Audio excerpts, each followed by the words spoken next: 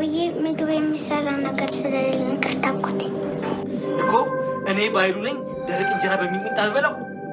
ይቅርታ አጎቴ፣ ምንም የሚሰራ ነገር ስለሌለ። ኧረ እባክሽ ራስሽ ትቃጠይ።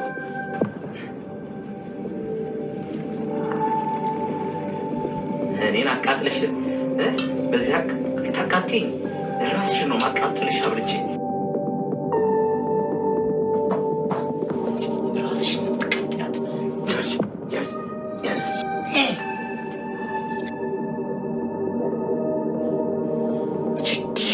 ዲቃላለች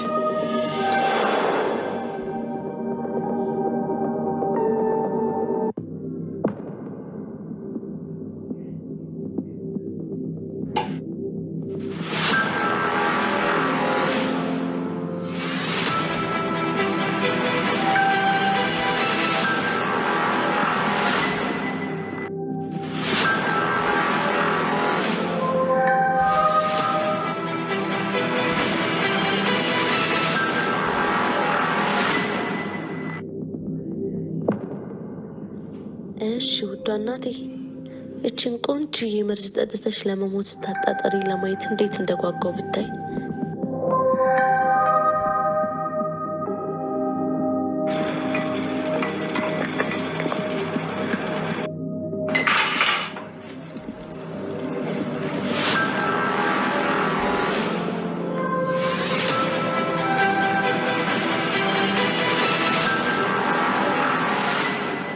ሰላም እንደ ማንኛውም ልጅ እንዳለው ሰው ልጄን አሳድጋለሁ፣ የልጄን ህይወት የተሻለ አደርጋለሁ ብላ እንዲሁም የራሷንም ህይወት ለማስተካከል ወደ አረብ ሀገር መሄድ ትወስናለች። ታዲያ ከወሰነች በኋላ ልጇን ለወንድሟ ነበረ አደራ ሰጥታ መሄድ የፈለገችው።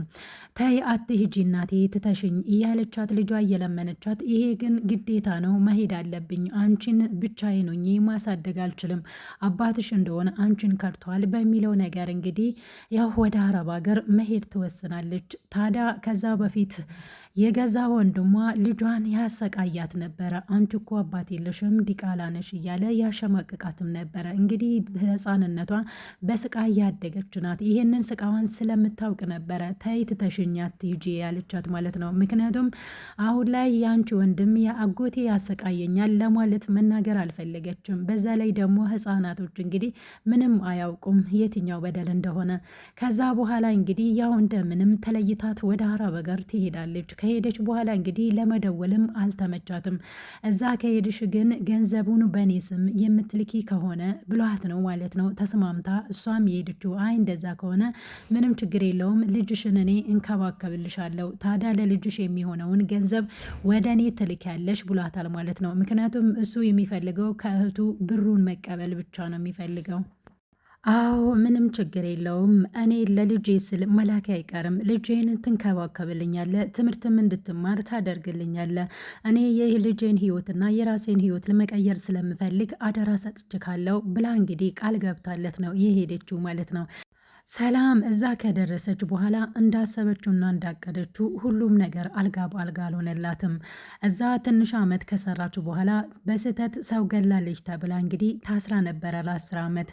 ከዛ በኋላ አሰሪዋ እሷ ወንጀለኛ እንዳልሆነች ንጹህ መሆኗን ካወቀች በኋላ እንግዲህ ሙሉ የ10 ዓመት ገንዘብ እንደሰጠቻት ተናግራለች ማለት ነው። ታዲያ ወደ ኢትዮጵያ ከመጣች በኋላ አሁንም ልጇ የለችም ማለት ነው። ፎቶዋ ብቻ ነው ቤቷ ውስጥ የጠበቃት። ታዲያ የገዛ ወንድሟን ልጄ የት ነው ያረካት? የልጄ በህይወት አለች ወይ ብላ እንግዲህ ፎቶውን ይዛ ስታለቅስ፣ እሱ ደግሞ ኬት የሚያመጣሽው ዲቃላ ነው እንዴ? የት ነው ያለችው ብለሽ የምትጠብቂ የምትነፋረቂ አላት ማለት ነው። ከዛ በኋላ እኔ ልጄን እኮ ላንተ ነው ያደራ የሰጠሁት፣ ወድጄ አይደለም ደግሞ ያልደወልኩት ብሩንም ያላኩት። እንግዲህ ለ10 ዓመት ተሰቃይቼ ነበረ፣ ታስሬ ነበረ። ከዛ በኋላ ነው እንዳለ እኔ ወንጀል ውስጥ እንዳሌለው ካወቀች በኋላ የገዛ አሰሪ ይሄን ሁሉ ብር የ10 ዓመት ሙሉ እየሰጠችኝ አሁን እሱን ይዤን የመጣሁት ከልጄ ጋር መኖር እፈልጋለሁ። የት ነው ያደረግልብኝ? ልጄን ፈልግና አግኝልኝ ብለዋለች ማለት ነው። ከዛ በኋላ ጠርቀም ያለ ብር እንደምትሰጠው ቃል ገባችለት። ከዛ እንግዲህ ልጅሽን እኔ በአካል አሁን ሆኖ ይዤልሽ እመጣለሁኝ ብሏታል ማለት ነው። እንግዲህ እሱ ያው ጥቅም እንደሚፈልግ አላወቀችም። ያንቺ ልጅ ነው ብሎ ሌላ ሴት ይዞ መጥተዋል ማለት ነው ቤቷ። እሷም አምና ልጄ ናት ብላ ተቀብላለች።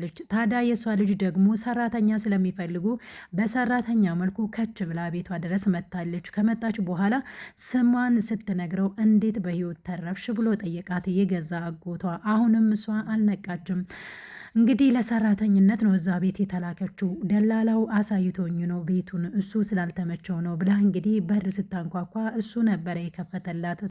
ከከፈተላትም በኋላ እንግዲህ ብሌን መሆኗን ካወቀ በኋላ ይህንን ንብረትማ እሷ ወራሽ መሆን አይጠበቅም፣ ሁለታቸውንም አጥፍተን ገንዘቡ የኔ ነው የሚሆነው፣ የሰላም ሀብት የኔ ነው የሚሆነው በሚል እንግዲህ ሌላ ልጅ ይዞ መጥቶ የአንቺ ልጅ ነው ብሎ አሳምና ስለነበር እሷ ማምና ተቀብላለች። እችኛዋ ሰራተኛ ሆና ስትመጣ ግን ብሌን ነው ስሟ። ታዲያ ከደነገጠ በኋላ እንዴት በህይወት ተረፍሽ ብሎ ቢጠይቃትም ዝምታ ነበረ መልሷ። ከዛ የያዘችውን ነገር ለቀቀች። አጎቷ መሆኗንስ አልተጠራጠረችም። ከጊዜ በኋላ የምትጠራጠረው ይሆናል። ምክንያቱም ሊገላት ነበረ ጩቤ አውጥቶ ሲያስፈራራት ስታይ ምንም ነገር እንደማትናገር ነገረችው። ከዛ በኋላ ሰላምና የሰላም ልጅ የተባለች ብሌንና አጎቷ ሲጨቃጨቁ ከች ብሎ ይወጣሉ። ከዛ በኋላ እሱም እንግዲህ የያዘውን ጩቤ ወደ ኪሱ ይመልስና ሰራተኛ ነኝ እዚህ ቤት የላከኝ ደላላ ነው ብላ ስትናገር አዎ ሰራተኛ ፈልገን ነበረ አመልክተን ነበረ ለደላላ። ኦኬ አንቺ ነሽ ክፍልሽን ላሳይሽ ብላ እንግዲህ ስሟንም ከነገረችው በኋላ እውነትም ሰራተኛ ሆነሽ ነው የመጣሽው እኔንስ ታስታውሽኛለሽ ብሎ ሲጠይቃት አጎቷ አይ አላውቅህም ታውቀኛለህ እንዴ አንተ አለችው በድንጋጤ። እረ አላውቅሽም ብሎ መለሰላት። ታዲያ እንዴት ነው ያንን ሁሉ በደል አድርሼባት በዚህ ልክ ልትረሳ የቻለችው የሚለው ነገር ተሰምቶታል። ነገር ግን ሙሉ በሙሉ አላመነበትም። በስተመጨረሻ ላይ እንግዲህ ልጇ ናት ብሎ ያመጣው ልጅ ጋር ማውራት ጀመረ ወደ ቤት ከተመለሰ በኋላ። ብሌን ደግሞ እንግዲህ ክላሷን እንድታይ ሰላም ይዛት ሄዳ ነበረ። ካሳየቻት በኋላ እናቴ ችግረኛ ናት ቤት ክራይ መክፈል አቅቶናል፣ የ2 ወር አለብን፣ ካልከፈላችሁ ቤቱን ለቃችሁ ውጡ ብላናለች። ስለዚህ ቅድመ ክፍያ ያስፈልገኛል፣ የ2 ወር ደሞዝ ብትሰጭኝስ ብላ ስትጠይቅ እንግዲህ እሷም እንዴት ሳትሰሪ እሰጥሻለሁ፣ ነገር ግን ምንም አማራጭ የለኝም እሰጥሻለሁ ልጄ ብላ ሰጠቻት ማለት ነው። መልካምነቷ እንግዲህ የሰላም አያልቅም። ምክንያቱም ስደት ላይ ነው የኖረችው። ችግር ምን እንደሆነ መከራ ምን እንደሆነ አይታለች ማለት ነው። እንግዲህ እሱ ደግሞ ልጅሽ ናት ብሎ ለሰላም ያመጣላት ልጅ እንግዲህ እሷን ማጥፋት ነው የምትፈልገው። የሀብቱ ወራሽ መሆን ትፈልጋለች። ለአሁኑ መስሏት ነው እንጂ የብሌን አጎት እንግዲህ እሷንም ከመግደል ወደኋላ አይልም ማለት ነው። ልጇ እንዳልሆነች ስለሚያውቅ ሀብትና ንብረት በስሟ ካዞረች ሰላም ወይ ደግሞ ሰላምን ገለው የዛም ቤት ወራሽ ወይ ደግሞ የንብረቱን ወራሽ ከሆነች በኋላ መጨረሻ ላይ እንግዲህ የብሌን አጎት ተብዬዋ ለእሷ ማራራላትም እንኳን ለዚችኛዋ ማያቃት ልጅ ሊራራላት እሷ አላወቀችም የጅብ መንጋጋ ውስጥ እንደገባችሁ። ከዛ በኋላ አሁን ላይ እናትና ልጅ በዚህ መልኩ መተዋወቅ የለባቸውም። ቀስ በቀስ ደግሞ አብረው ቁጭ ብሎ ባወሩ ሰዓት ላይ ሊተዋወቁና እንዲሁም ልጅና እናት መሆናቸው ካወቁ በኋላ እኛን አይለቁንም፣ ችግር ውስጥ ነው የምንገባው። ስለዚህ አንቺ ቀድመሽ ያልኩሽን ነገር ማድረግ አለብሽ ብሎ መርዝ ገዝቶ ይሰጣታል። ከዛ በኋላ እንግዲህ ሰላምን እንግዲህ ልትገላት አስባ ነበረ፣ አልተሳካላትም። መድኃኒት እንግዲህ ስትጨምር ብሌን አይታ ነበረ። እንጀራ ወጥ ላይ ጨምራ ልትሰጣት ስትል እንግዲህ እሷ ደርሳላታለች ለዛሬ ማለት ነው። 2 ሙከራዎችን አድርጋለች ሰላምን ለመግደል። ሻይ ውስጥ እንጀራ ውስጥ አድርጋ ሰጥታታለች፣ ግን ብሌን አድናታለች የእንጀራውን። ሁለተኛ ላይም እንግዲህ አብሮ መብላት ይቻላል ወይ ብላ ልጇን ስትጠይቃት ይቻላል አለቻት። ከዛ በኋላ ፊልም እያዩ ስለነበረ እናቴ ይሄንን ፊልም እዩ እስኪ በጣም የምወደው ፊልም ነው ስትላት እናቷም ዞር ብላ ፊልሙን ታያለች። ከዛ በኋላ እንግዲህ እሷ የምትፈልገው ደግማ መግደል ስለነበረ የመጀመሪያው ስላልተሳካላት ተበሳይታለች። ብሌንን እየረገመቻት በውስጧ አሁንም እድል አለኝ በማለት የገዛ የበላችሁ ላይ መርዝ ትጨምራለች ማለት ነው። ከዛ በኋላ አይኔ ጠግብ ያለው አንቺ እስኪ ቢ አልበላሽም በደንብ ስትላት አይኔም ጠግብ ያለው አሁን መብላት አልፈልግም አለች። ከዛ እንግዲህ የሰላም ህይወት ተረፈ ማለት ነው ለሁለት ጊዜ። ለሶስተኛ ጊዜ ግን ያው ከሰላም የተቀበለቻትን ብር ብሌን ለማድረስ እናቷ ጋር ሄዳ ነበረ። አሁን አትጨነቅም እናቴ ብላ ገንዘብ ይዛላት ሄዳ፣ እናትየዋ ደግሞ እንዴት እንደዚህ ታደርጊያለሽ? እኔ ቸገረኝ ብዬሻለሁ። አንቺ ትምህርትሽ ላይ ብቻ እንድታተኩሪ ነው የምፈልገው ደግሞ ምን አይነት ስራ አግኝተሽ ነው ስትላት እንግዲህ ደህና ስራ እንዳገኘ ሰው ነው የነገረቻት ማለት ነው። የቤት ሰራተኛ መሆኑን አልተናገረችም። ታዲያ እንደ እናት ሆና ያሳደገቻት አግኝታለች። ከመሬት ላይ ወድቃ ነው ያገኘቻት። እንደ እናት ሆና ተንከባክባ አሳድጋት ትምህርት አስተምራታለች ማለት ነው። አሁን ላይ ደግሞ ልጇ ስራ ሰርታ በገንዘብ እንድታመጣላት አትፈልግም። እኔ ቸገረኝ አልኩሽ፣ ቢቸግረኝስ ደግሞ እኔ እናት ነኝ፣ ምንም ችግር የለውም ማለች። በጣም ነው ደስ የምትለው ይህ ብሌን እናት ሁለተኛዋ ማለት ነው። ይችኛዋ እንግዲህ ያው ስደት ስለሄደች አሁን ላይ ያው በህፃንነቷ ስለሆነ ጥላት የሄደችው አሁን ላይ ደግሞ አድጋን ያገኘቻት እና ስታቅፋት ግን የሆነ የልጅ ስሜት ተሰምቶኛል። በፊት ላይ አንቺን እንዳቀፍኩ አይነት ስሜትን የተሰማኝ ብላ እንግዲህ ውሸታሟ የአንቺ ልጅ ነው የተባለችዋን ስትነግራት እንግዲህ ነው እንዴ ምናምን አለች ማለት ነው። ምክንያቱም በዚህ ከቀጠላችሁ ደግሞ እናትና ልጅ መሆናችሁን ማወቃችሁ አይቀርም። ስለዚህ እኔ ደግሞ የሀብቱ ወራሽ አልሆንም። እንግዲህ ብር ያጓጓል፣ አንዳንድ ጊዜ ሀብት ያጓጓል እና እናትና ልጅን ለማነጣጠል እንዲሁም ደግሞ አረብ ሀገር ላይ ለፍታ ሰርታ የራሴ ኑሮ እኖራለሁ ብላ የመጣችሁ እንዲሁም ደግሞ የልጅን ህይወት እቀይራለሁ ብላ የመጣችሁ ብዙ መከራ ሲደርስባት እንግዲህ አብዛኞቻችን የምናየው ነገር ነው ማለት ነው። ከስደት መልስ ብዙ መከራና ስቃይ ነው የሚኖረው። ምክንያቱም በቤተሰቦቻችን እንበደላለን። ምንም ቢሆን ይሄ እንግዲህ ወንድሟ ነው። ወንድሟ በዚህ ልክ ከበደላት ባህዲያስ እንዴት ነው የሚያደርገው? እውነት ለመናገር የስደት ኑሮ የኖረበት ነው የሚያውቀው ማለት ነው። እና አንዳንድ ጊዜ ከመልካም ቤተሰብ መውጣት ደስ ይላል። እንዲሁም ደግሞ የእኛን ድካምና የእኛን መጎሳቆል አይቶ የእኛ የተባለውን ነገር ሲያስቀምጡልን ሰርተው ሲጠብቁን ደስታው ደግሞ በዛው እጥፍ ነው ማለት ነው። እና አሁን ላይ እንግዲህ ሰላም አርፌ ልጄን አሳድግበታለሁ አስተምራታለሁ ብላ በመጣችው ሰዓት ላይ ሌላ ችግር ውስጥ እየገባች ነው ያለችው። አታውቅም ይሄንን ነገር ልጄ ነው ብላ ተቀብላለች። እንዴትስ የገዛ ወንድሟን ልታምን ቻለች?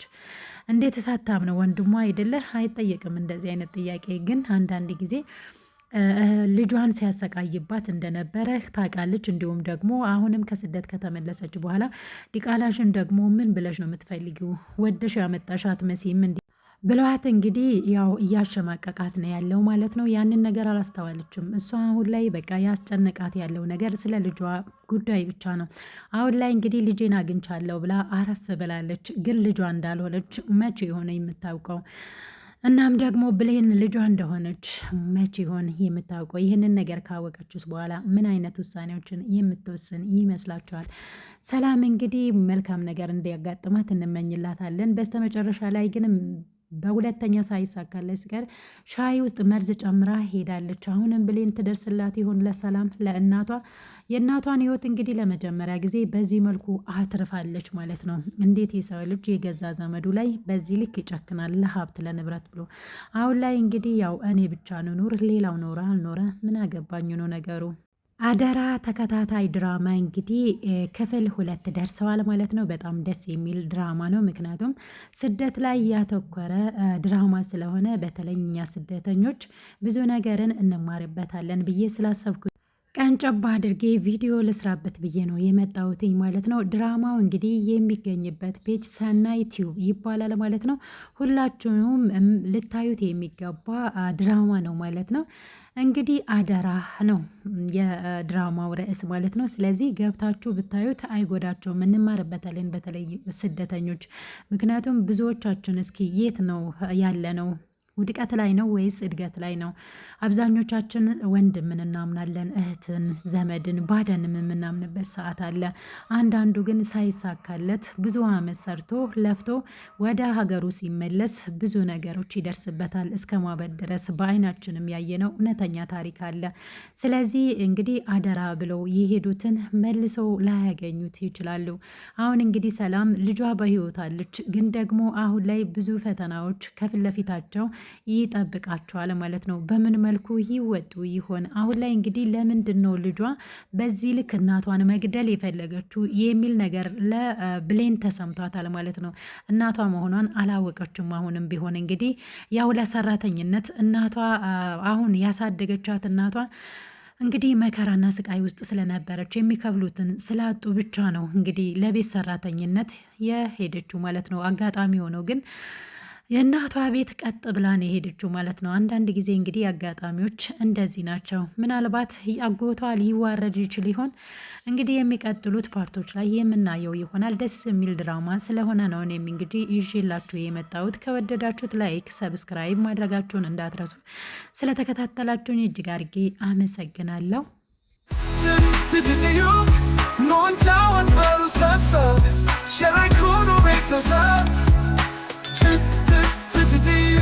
ድራማው ይታይን ተንትኖ መልካሙን ነገር የኛ ናገው የቲጂ ቻናል ለዚህ ድንቅ ነው። ዘወትር ሁሌ ገብተን እንየው። ቲጂ ኖንቻወት በሉ ሰብሰብ ሸራይ ኩኑ ቤተሰብ